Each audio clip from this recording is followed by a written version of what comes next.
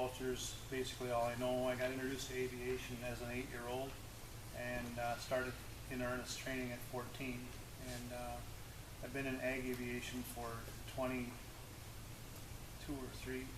years maybe, something like that. Flown in 17 different states in the United States and seen and done a lot of things. Got involved with NRCS with Dean Thomas and Steve and Andrea doing some of their aerial seeding on experiments and things of that nature, and then it took off into other farmers doing some, and it's not the only way to do cover crops. It's just another way. It's just a tool. Certain varieties do well early. We tend to get on the crop before harvest. Minnesota presents different challenges with cover crop versus Indiana or Purdue or Pennsylvania or Georgia. We can't do some of the things well that they do and can get away with.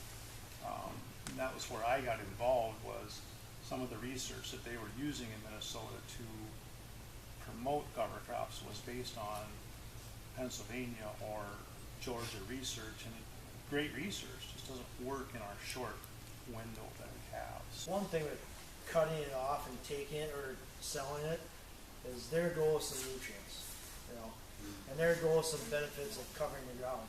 Last year I grazed half, and I grazed the east half, cut the west half.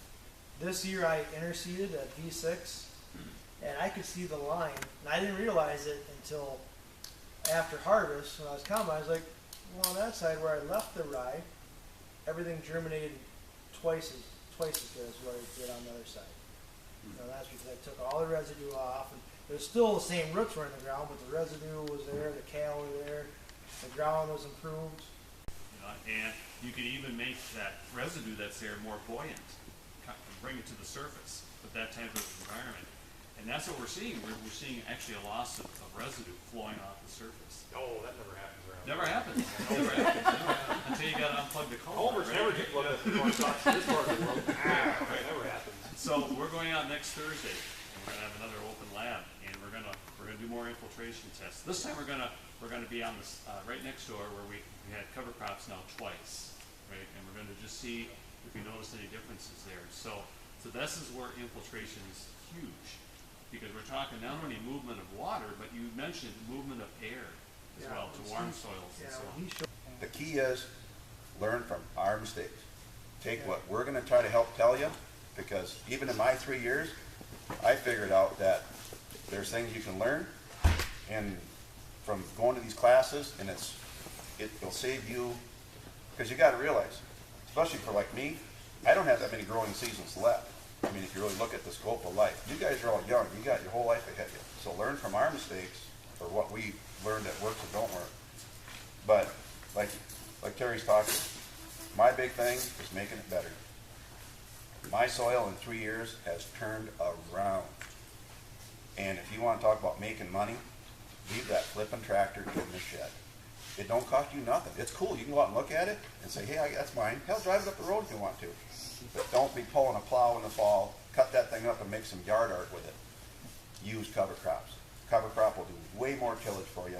Water infiltration. Last spring on my dad's farm, which we have historically a couple of wet spots, it was like going through mellow. And we're planting right into residue. Don't even work it. Use it for your weed suppression. Use it for your water savings. You don't need as much herbicide. I mean, you want to save money, because they're not going to pay you nothing for that corn. They want you to give it to them. So you got to figure out, as Terry's talking about, the economics of it. The way you save money, don't spend it. But one thing I told some of you earlier, I love to watch things grow. And I love to see the soil trying to do something.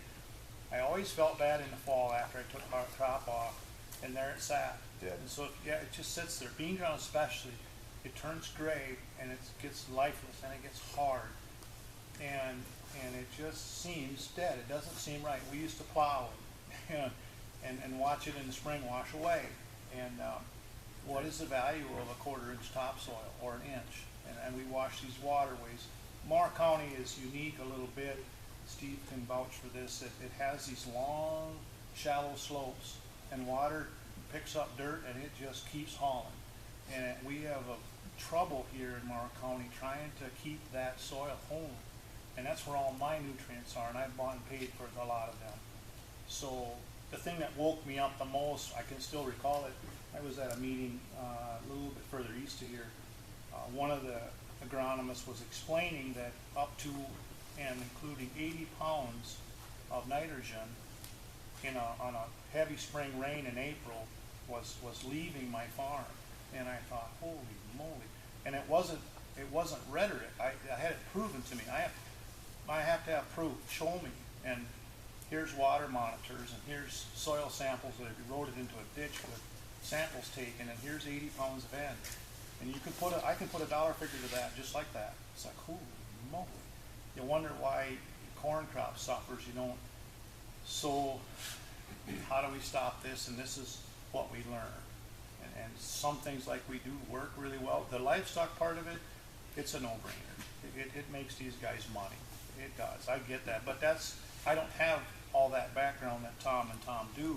So bringing them into the group has made us all more well-rounded so we can get to the bottom line, so to speak, quicker.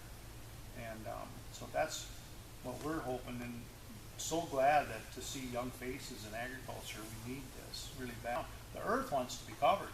That's why she has weeds. I figured it out. It took me 40 years, but I figured it out. I said, well, we cover this, don't grow. Throw straw in your garden and plant between it, don't grow weeds.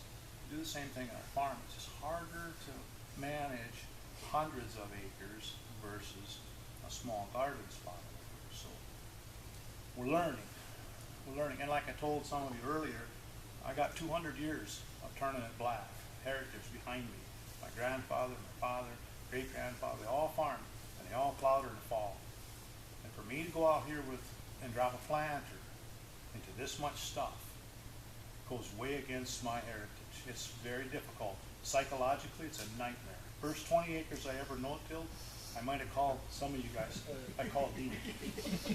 I was looking so forward to this beautiful little booted rye crop, and I was going to plant beans in there, and it was like, oh, I mean, the first round, I couldn't hardly go. I called her, I said, this is a future farming. I think I'm done. I can't do this. And I kind of believe in that if we can make the farm, like Tom said, make it a little better, that maybe your generation will have good dirt to farm the way my dad and my grandfather had good dirt. And we've kind of seen it. I'm old enough and heard enough tales from grandfather. I know what this ground was when they got it. And it wasn't beat to death yet, but we've changed in agriculture to this monoculture thing, and we've kind of turned our soil into moon rocks, as Travis said, my boy. We've turned it into moon rocks in the fall. It doesn't behave like dirt anymore. It's basically seems like it's become a median, much like a flower pot, to hold a plant upright. And it's more than that. It's a very thin layer of the Earth's crust that is a median for all life. We need to figure out a little better way to take care of it.